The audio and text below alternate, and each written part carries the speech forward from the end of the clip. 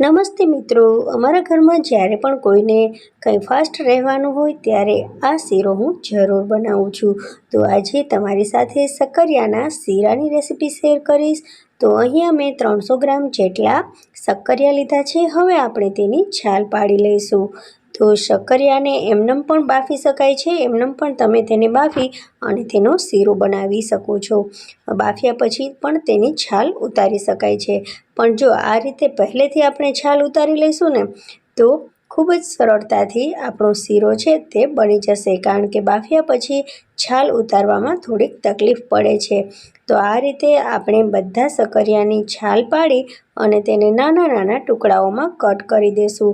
નાના ટુકડાઓમાં કટ કરવાથી જે શક્કરિયામાં મોટા મોટા રેસા હોય છે તે પણ કપાઈ જશે અને શીરો એકદમ સ્મૂથ બનશે.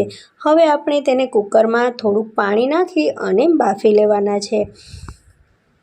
તો અહીંયા શક્કરિયા બફાઈ અને તૈયાર થઈ ગયા છે. હવે આપણે જાડા તળિયાવાળી કઢાઈ લઈશું. કઢાઈમાં આપણે 2 ચમચી જેટલું ઘી નાખી અને બધા બાફેલા શક્કરિયા તેમાં નાખી દઈશું. હવે થોડીવાર માટે ઘીમાં સરસ રીતે સંતળાઈ જાય પછી આપણે આ શક્કરિયાને મેસરની મદદથી મેશ કરી લેવાના છે. તો બધા શક્કરિયા સરસ રીતે આપણે મેશ કરી લઈશું, જેથી તેનો શીરો છે તે એકદમ સરસ મજાનો સ્મૂથ થાય.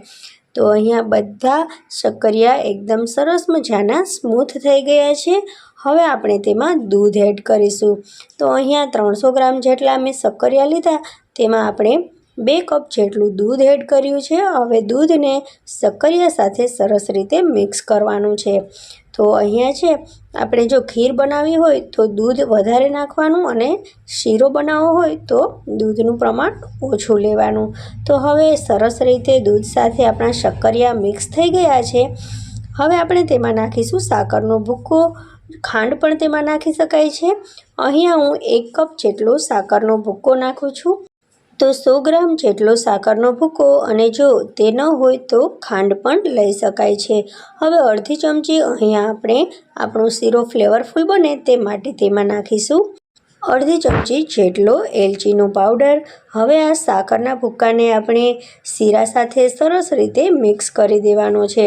તો આ શીરાને આપણે ધીમા તાપે મિક્સ કરતા રહી અને ચડવા દેવાનો છે. ત્યાં સુધી ચડવા દેવાનો છે કે જ્યાં સુધી શીરો છે તે તળિયું છોડે નહીં. તો આ રીતે ચલાવતા રહેવાનું છે.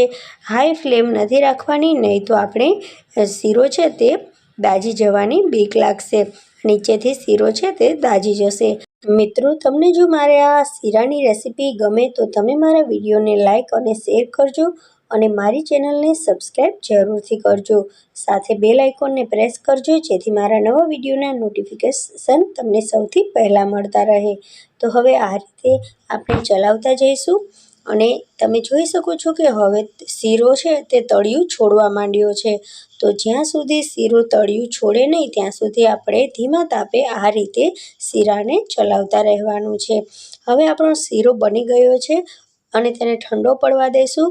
જો તમે શીરામાં કાજુ બદામની કતરણ નાખવા માંગતા હોય તો નાખી શકો છો. અહીંયા હું ઉપરથી શીરામાં કાજુ અને બદામનો ભૂક્કો નાખીશ. અંદર મેં તેમાં નાખ્યું નથી. તમારે જો નાખવું હોય તો નાખી શકો છો.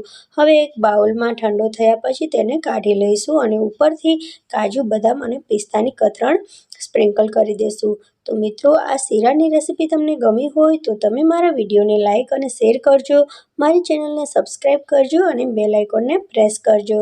Thank you for watching. મળીએ નવી રેસીપી સાથે. ત્યાં સુધી બાય, ટેક કેર, જય હિન્દ.